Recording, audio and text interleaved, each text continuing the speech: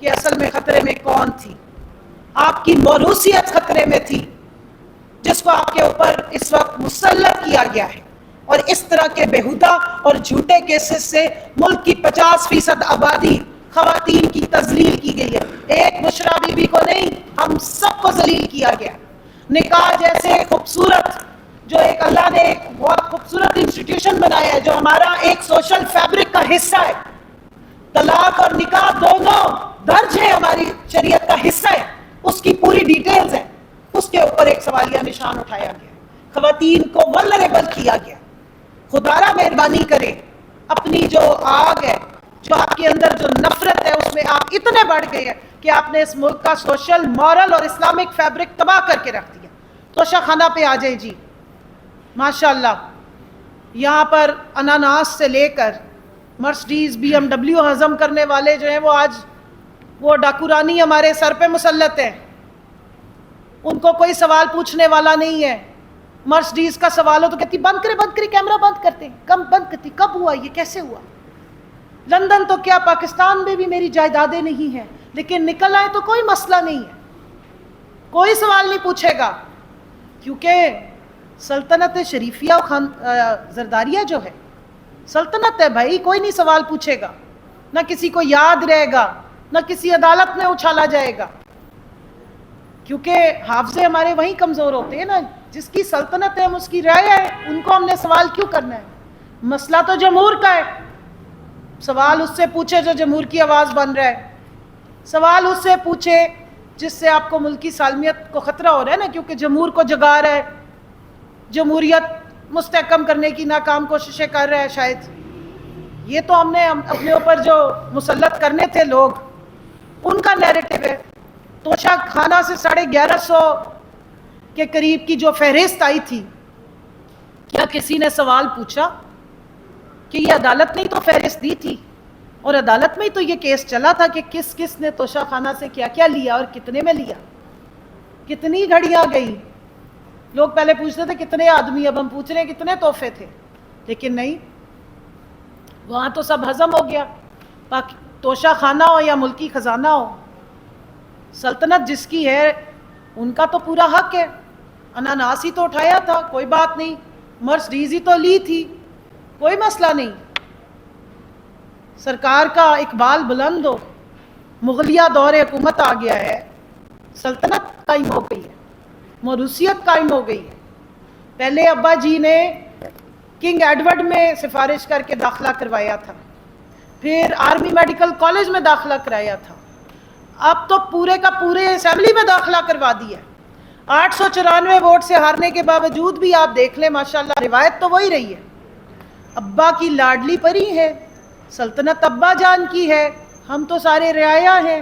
تو چاہے وہ توشہ خانہ لوٹے یا ملک کا خزانہ لوٹے، انہوں نے تو آپ کے اوپر آنا ہی آنا تھا. 14 مئی سب کو بھول گئی، 8 فروری کو جو جمہور کی آواز تھی اس کو بھی پیچھے چھوڑ دیں. 9 فروری سے لے کے آج تک کا جو تماشا ہے وہ یاد رکھیں آپ ایک سلطنت شریفیہ زرداریہ کے ابا شندے. ایسے ہی ہوگا، ایک طرف آپ کو زرداریہ خاندان حکومت میں نظر آئے گا، دوسری طرف آپ کو شریفیہ خاندان نظر آئے گا. پنجاب بانٹ لیا تھا، سندھ بانٹ لیا تھا. 15 سالوں میں سندھ میں آپ کو کیا تبدیلی نظر آئی؟ 15 سالوں میں سندھ میں آپ نے کیا حالات دیکھے؟ اس سارے الیکشن کا کوئی فائدہ ہوا؟ اس ساری جمہوریت کا، یا جو جمہور نے جو یہ پریکٹس کی تھی 8 فروری کو شام 5 بجے تک جو جا کے لائنوں میں کھڑے ہو کے ووٹ ڈالے تھے، اس کے بعد نکلا کیا ہے اس کے اندر سے؟ اس کے خلاف آواز اٹھانے پر آج قیدی نمبر 804 کو 32 سال سے اوپر کی سزائیں، اور اس کی جو پردے دار بیوی ہے جو شاید اسلامی جمہوریہ پاکستان میں رہ رہی تھی، اس کے پردے پہ بھی تکلیف، اس کی عدت پہ بھی تکلیف، اس کے رہنے پہ بھی تکلیف، اس کی نمازوں پہ بھی تکلیف، اس کی عبادت پہ بھی تکلیف. وہ عبادت زیادہ کرتی ہے؟ نہیں، عبادت شاید زیادہ نہیں کرتی ہوگی، جادو ٹونا کرتی ہوگی. اور بول کون رہی ہیں؟ وہ جی ہماری زبردست قسم کی اینکرز، وہ جن کو ہیومن رائٹس کمیٹی میں بلایا تھا سلطنت زرداریہ کے چشم و چراغ نے کہ ان کے ساتھ بڑی ہراسمنٹ ہوتی. کسی نے آج تک پوچھا کہ جو یہ تہمتیں لگا رہی ہیں کیا یہ ہراسمنٹ نہیں ہے؟ کھلی چھٹی ہے تہمت لگانے پہ. میرے اوپر تہمتیں لگا رہی تھی کہ میں بہت سارے اینکرز کی اور ان کے بال اور شرٹیں اکٹھی کر کے لے کے جاتی تھی دم درود کرانے. اللہ کا نام لے,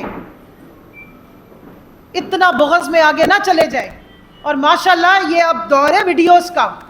وہ والی ویڈیوز کی بات نہیں کر رہی جو ہماری ڈاکو رانی کے پاس ہے, دوسری ویڈیوز جو آپ لوگوں کے پاس ہے. ویڈیو کی ہزاروں سال عمر ہوتی ہے, یہ مٹنے والی باتیں نہیں آپ کی ریکارڈ پہ آ گئی ہیں.